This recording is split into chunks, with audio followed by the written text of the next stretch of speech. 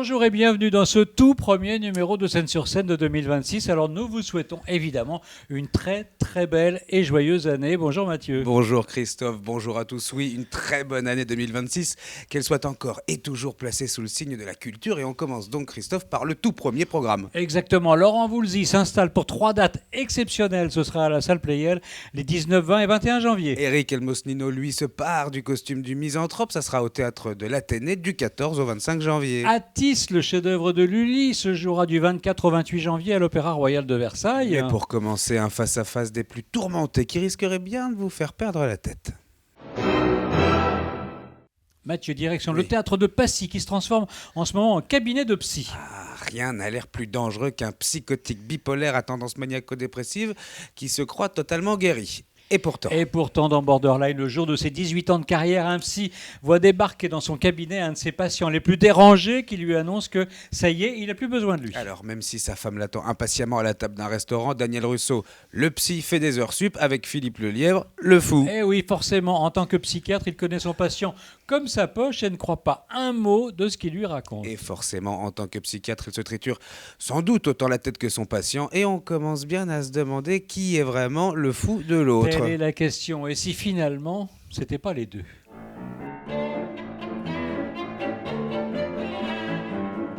Je ne sais pas trop comment vous annoncer ça, docteur, parce que je suis un peu gêné. Vous savez bien qu'ici, tout reste entre nous. Oui, je sais bien, mais le problème, c'est que... Quel problème? Le problème, c'est que je vais mieux. Vous ne pensez pas que je puisse aller mieux? Honnêtement? Oui. Non. Vous réalisez, docteur, que si je n'étais jamais venu ici, à l'heure qu'il est, je serais peut-être marié avec Catherine Deneuve. Moi, je vous ai empêché d'épouser Catherine Deneuve. C'est quoi ce message-là? Je veux ton corps. Vous avez pris de la drogue? Ah oui, le Xanax, il est bien celui-là. J'en prenais dès que j'avais un petit coup de mou. C'est-à-dire? Tous les quarts d'heure, comme vous avez dit. C'est un quart de comprimé, un jour sur 2. Oui, ben moi j'ai compris que c'était un comprimé tous les quarts d'heure pendant 2 jours.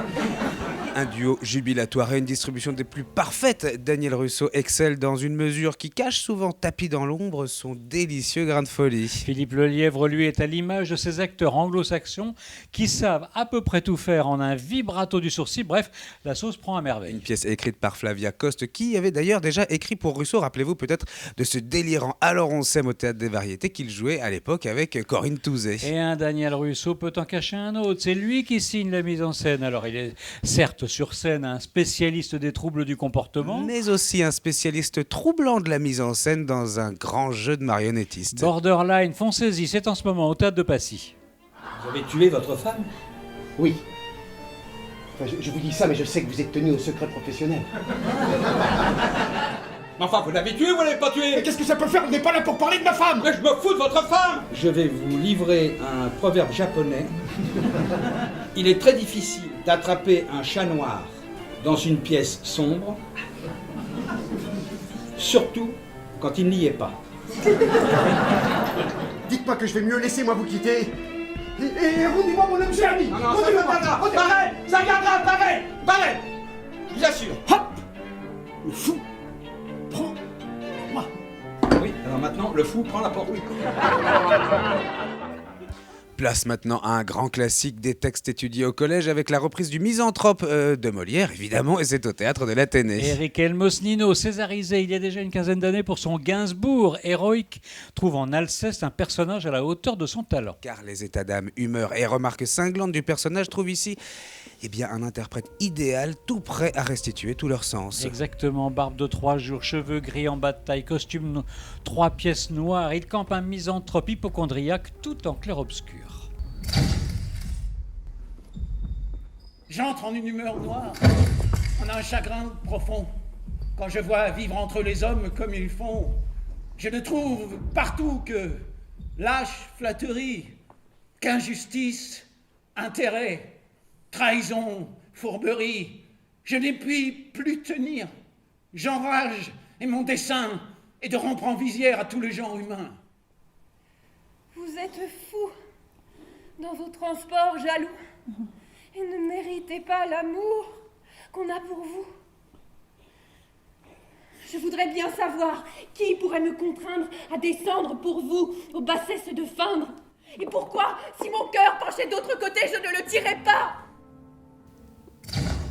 Ni véritablement comédie, ni véritablement tragédie, le chef-d'œuvre de Molière continue de nous interroger bien sur les jeux de pouvoir et les mondanités, les limites de l'amour face à l'ambition, les amitiés déçues. Sans oublier, Mathieu, cette question centrale, jusqu'où peut-on aller dans la sincérité, dans le parler vrai? Georges Lavaudan signe une mise en scène sobre, chirurgicale, ciselée par l'exigence et le rythme naturel des Alexandrins. Renforçant d'ailleurs l'impression d'une sauterie d'un cénacle d'aristocrates plus préoccupés par leur apparence que par le respect des autres et la vérité des sentiments. Un classique des classiques à redécouvrir donc du 14 au 25 janvier dans l'intimité du théâtre de l'Athénée. Et quel lieu de le croire à mon cœur enflammé? Je pense qu'ayant pris le soin de vous le dire, un aveu de la sorte a de quoi vous suffire. Mais qui m'assurera que dans le même instant vous n'en disiez peut-être aux autres tout autant? Certes, pour un amant, la fleurette est mignonne, et rien ne saurait plus vous tromper que vous-même. Soyez content. Madame, nous venons tous deux, sans vous déplaire, éclaircir avec vous une petite affaire. Fort à propos, messieurs, vous vous trouvez ici. Et vous êtes mêlés dans cette affaire aussi. Je veux voir jusqu'au bout quel sera votre cœur. Et si de me trahir, il aura la noirceur.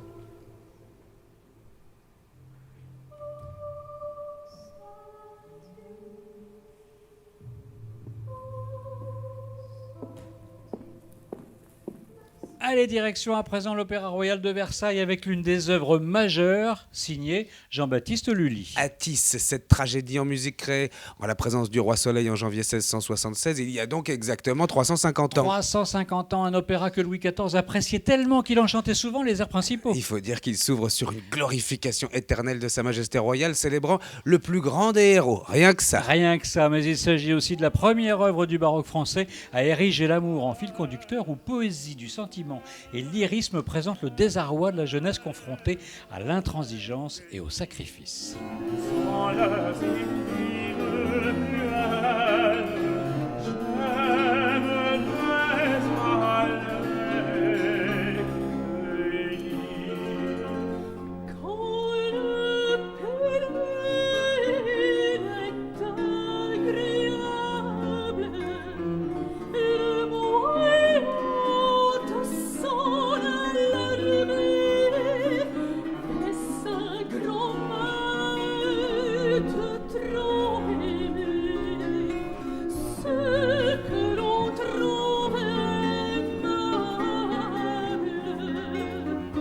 Dans ce spectacle total, créé triomphalement il y a quelques années pour le Ballet de Genève, le chorégraphe star Angéline Preljocaj signe sa toute première mise en scène d'opéra. Preljocaj nous livre de grands tableaux épurés et crépusculaires qui soulignent l'universalité du mythe inspiré des Métamorphoses d'Ovide. Et ce, avec une parfaite imbrication entre le chant, la danse, sur un livret signé par le poète et dramaturge Philippe Quinault. Leonardo Garcia Alarcón, grand habitué de Versailles, dirige merveilleusement son orchestre, un enchantement total à retrouver du 24 au 28 janvier. Ça se passe où? À l'Opéra Royal de Versailles.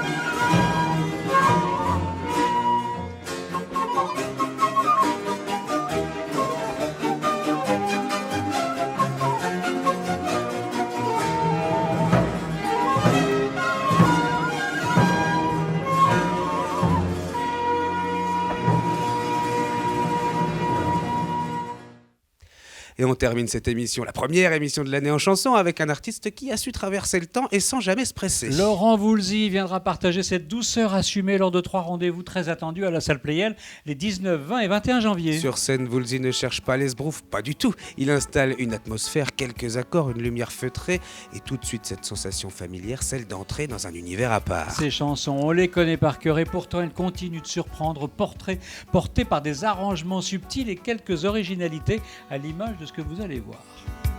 Tape sur nos systèmes, l'envie que tout le monde s'aime, le soleil donne.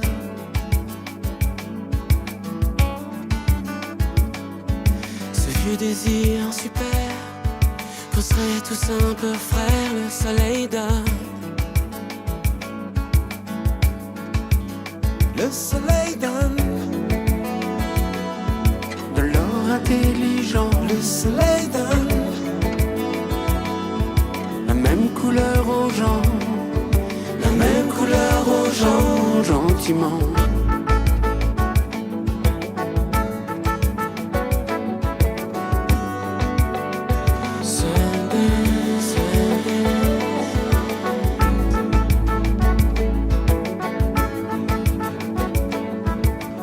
Vous l'avez peut-être remarqué, ça nous rappelle étrangement son ami Souchon qui chante depuis quelque donc. temps, oui, avec ses 2 enfants. Exactement, ces deux-là sont vraiment liés. Alors la grande question, son ami Alain fera-t-il une apparition lors de ces soirées? Bah moi j'y crois, oui. Dans tous les cas, ces 3 concerts à Pleyel auront un goût particulier, des mélodies aériennes, une voix douce, presque murmurée, et cette capacité unique à suspendre le temps. Un moment de grâce, presque hors du tumulte. 3 dates comme 3 parenthèses enchantées pour retrouver un artiste qui n'a jamais cessé d'être moderne, précisément parce qu'il n'a jamais couru après les modes. Laurent Voulzy, il sera du 19 au 21 janvier et ça se passe à la salle Pleyel.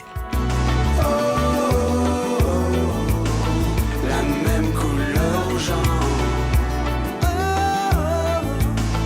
La même couleur aux gens. Just follow me tomorrow. You can never stop the changing sky. Dancing in the sun. La misma tez morena. Siento, me siento. Pedacitos del sol. La même couleur aux gens. La même couleur aux gens.